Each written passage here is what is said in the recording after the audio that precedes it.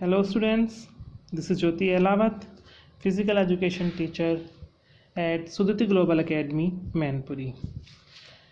Students, yesterday we discussed the topic is quarantine measures for the prevention of communicable disease and World Health Organization. Today we will discuss the topic is United Nations Children's Fund, Chapter 3rd in Physical Education. For class 10th, United Nations Children's Fund, संयुक्त राष्ट्रीय बाल निधि. UNICEF was started after the Second World War on 11 December 1946.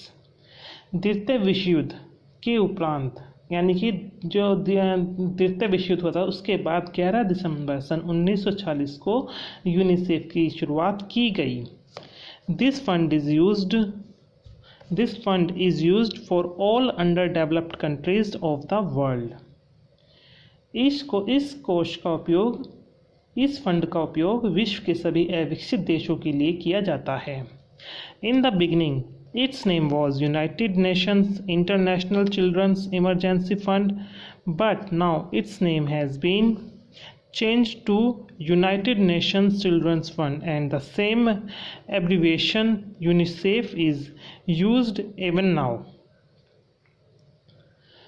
प्रारंभ में यानी starting में इसका नाम United Nation International Children's Emergency Fund रखा गया, लेकिन अब इसका नाम बदलकर यूनाइटेड नेशन चिल्ड्रंस फंड रखा गया.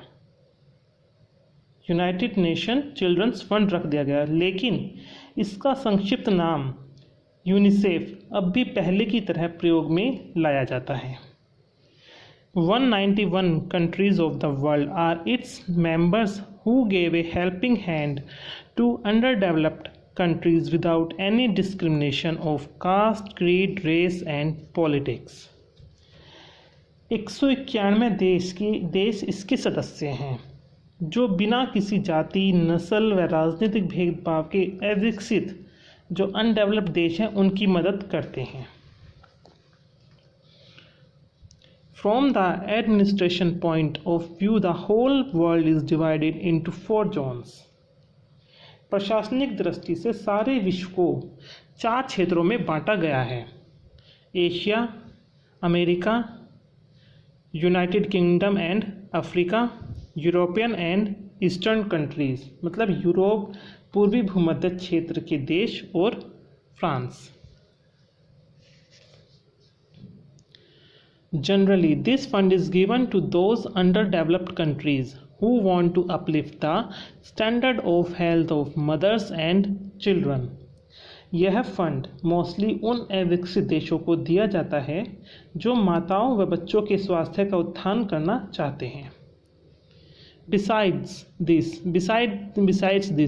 the fund is also given to those countries who want to save the people from fatal disease.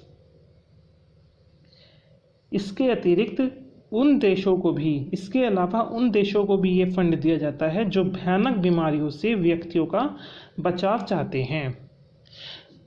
The money for this fund is collected voluntarily by government and non-government agencies.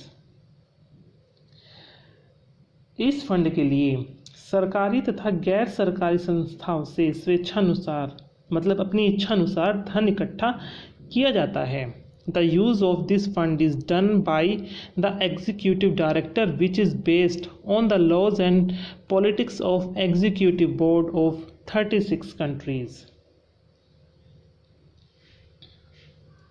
इस fund का प्रयोग जो ये fund है इसका प्रयोग एक executive director द्वारा किया जाता है जो 36 देशों की एग्जीक्यूटिव बोर्ड के नियमों व नीतियों पर आधारित होता है. The aid of UNICEF is being provided in approximately 191 countries of the world. इस यूनिसेफ की सहायता से विश्व के लगभग 191 देशों में परियोजनाओं को प्रदान की जा रही है. So students, today we discuss the topic is United Nations Children's Fund.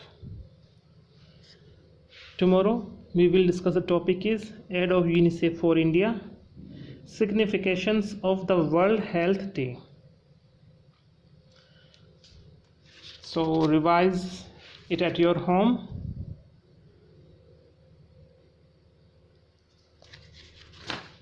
Yes, students, revise it at your home. Thank you so much. Sudati Naman.